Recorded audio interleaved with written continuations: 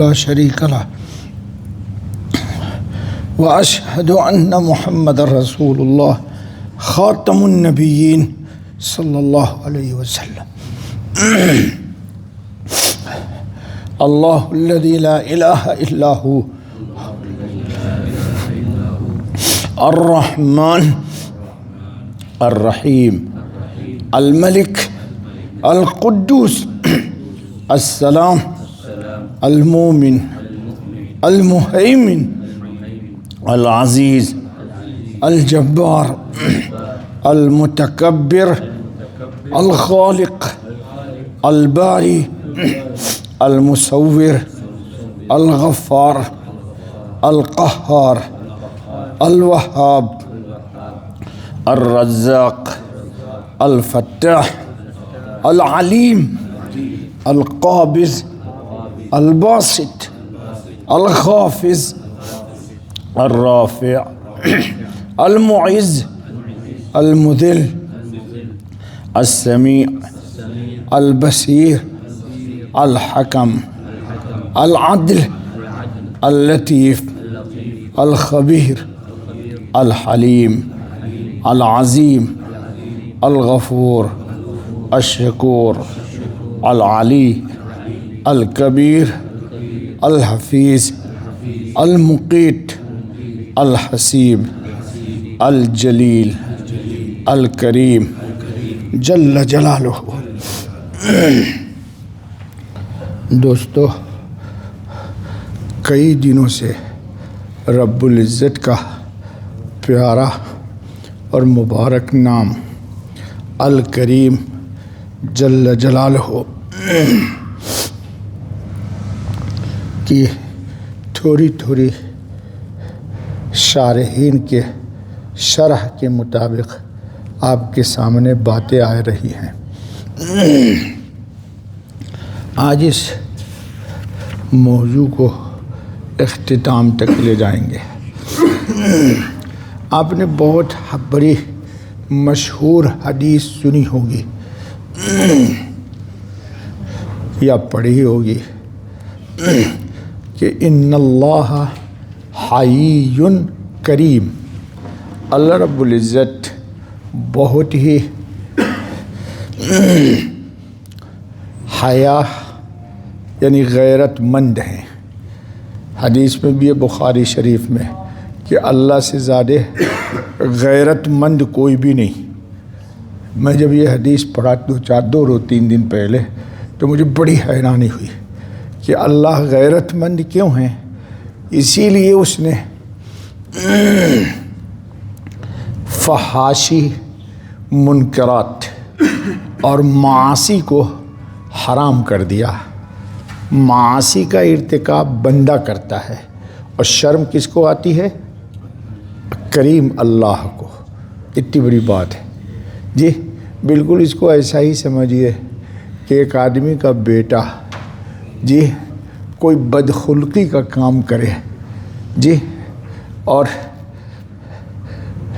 ایسا کام کرے کہ باپ کے نام کی جگ ہسائی ہو تو باپ کو شرم آتی ہے، غیرت آتی ہے. بلکہ اردو میں ہمارے یہاں لوگ کہتے بھی ہیں کہ بھائی ایسی اولاد سے اچھا تھا کہ اولاد نہ ہوتی. تو یہ چونکہ مخلوق ہے اس لیے وہ خالق ہیں، تو اللہ سے بڑا کوئی غیرت مند نہیں ہے دوستو.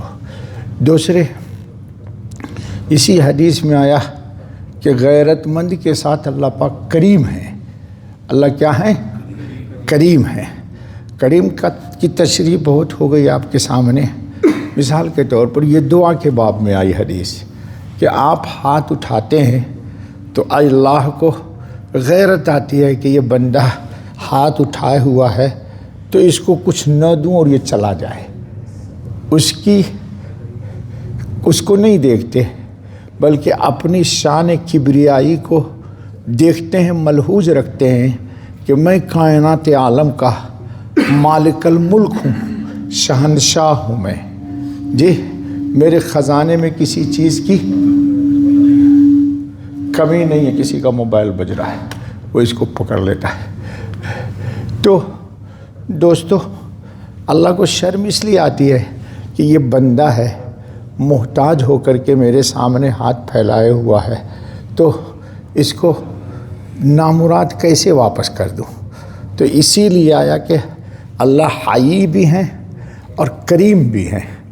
کریم کا مطلب بن مانگے میں دیتا ہوں، تو یہ تو مانگ رہا ہے تو مانگنے والے کو کیسے واپس کر دوں؟ اس لیے ترمذی شریف میں روایت آ گئی کہ جو نہیں مانگتا ہے اللہ سے، اللہ اس سے ناراض ہوتا ہے، اور جو مانگتا ہے اللہ سے، اس سے اللہ پاک خوش ہوتے ہیں۔ تو دوستو، کریم کے معنی المکرم، عزت دینے والے سے بھی کیے جائیں۔ کیا بات ہے بھائی، کیوں ناراض ہو رہا ہے یہ؟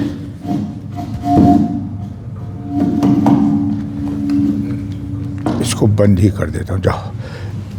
تو یہ صفت بھی اللہ رب العزت کے سوا کسی کے لیے نہیں ہے، اس لیے کہ جس کو اللہ تعالیٰ عزت دینے کا ارادہ کرے وہ ذلت کے گرہوں میں بھی عزیز ہو جاتا ہے۔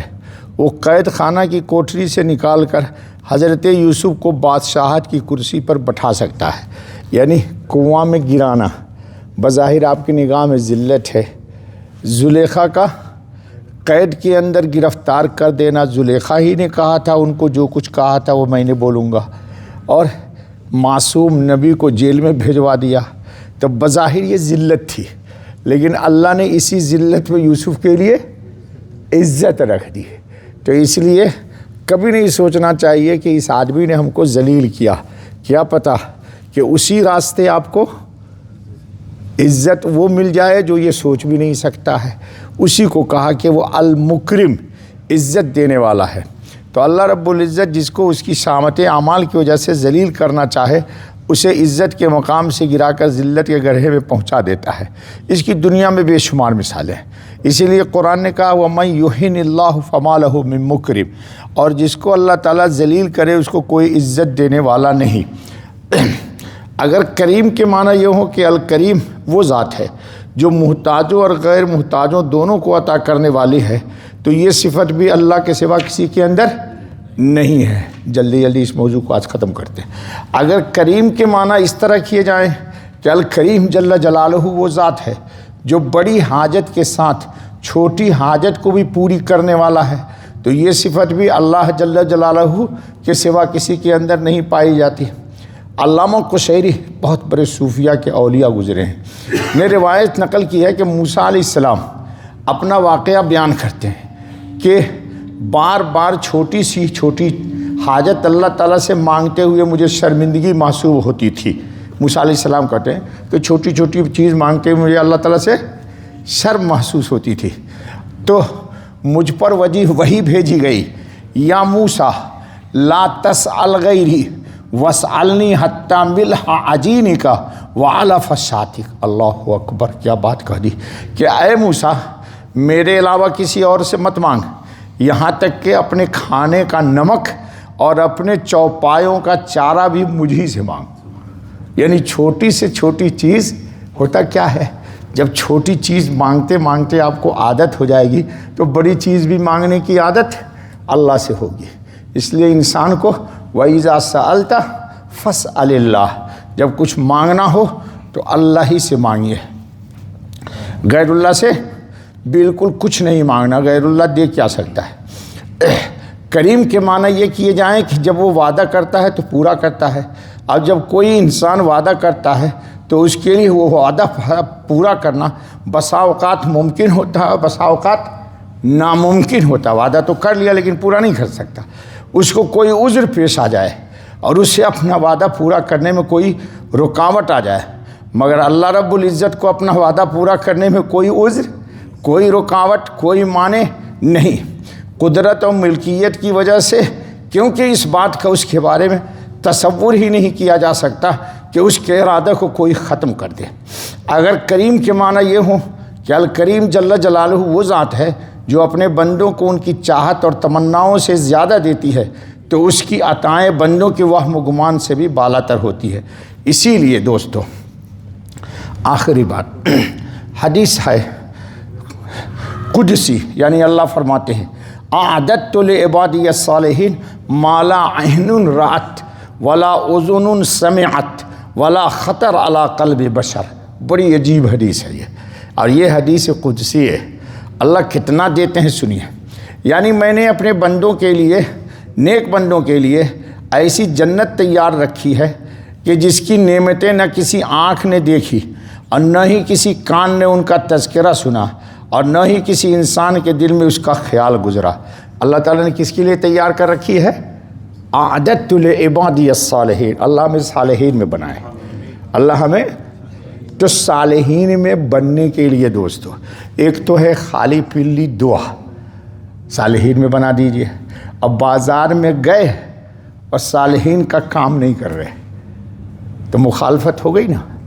مانگا ہم نے کہ اللہ مجھے صالحین میں بنا، اب بازار میں جا کے بد نظری کر رہے تو کام خلاف ہو گیا نہیں ہو گیا؟ مسجد میں مانگا کہ اللہ مجھے صالحین میں بنا دیجئے، اور باہر گئے اور جھوٹ بول دیا. جی آپ کے یا کسی کے نماز یہاں پڑھ رہے ہیں، جی مسجد سے نکلے، فون آیا کہاں ہو، تو کہہ دیا وہ میں راستے میں ہوں، گاڑی ڈرائیو کر رہا ہوں، حالانکہ کھڑا ہوا ہے مسجد کے میرے سامنے. تو جھوٹ بول کر کے اس نے نماز کو برباد کر دیا نہیں کر دیا؟ تو صالحین میں بننے کے لیے صالحین کے اعمال اپنانے کی کوشش کیجیے. ہاں توفیق اللہ سے مانگیے. اسی لیے آپ روزانہ تشہد پڑھتے ہیں تو کیا کہتے ہیں؟ السلام علینا وعلی عباد اللہ. ہاں تو معلوم یہ ہوا، ایک بات کان کھول کے سنیے آپ لوگ، کہ اگر ہم خود صالحین جیسے اعمال نہیں کرتے اور ہم یہ دعا کر رہے ہیں کہ السلام علینا، سلامتی ہو مجھ پر بھی، والا عباد اللہ الصالحین پر، تو یہاں آپ نکل گئے چونکہ صالحین نہیں ہیں آپ. تو کوشش کرنا چاہیے بندے کو کہ اپنے آپ کو صالحین کے اعمال اپنانے کی پوری کوشش کرنی چاہیے، اور کوشش کرتے ہوئے بتقاضۂ بشریت انسان ہے، کوئی گناہ ہو گیا تو گناہ کی تعویل نہیں کرنا، توجیح نہیں کرنا، اگر مگر نہیں کرنا، سیدھے اللہ کے سامنے استغفار کر لینا کہ اللہ گناہ ہو گیا معاف کر دیجئے. اللہ اس کو بہت پسند کرتے ہیں. اللہ رب العزت ہم سب کو اپنی کرم سے جوڑ دے، اور اپنے کرم کی بنیاد پر اللہ تعالی ہم سب کو صالحین میں شامل فرما لے انشاءاللہ. کل انشاءاللہ اللہ کا ایک نیا نام. سبحان اللہ بحمدہ، سبحان اللہ العظیم.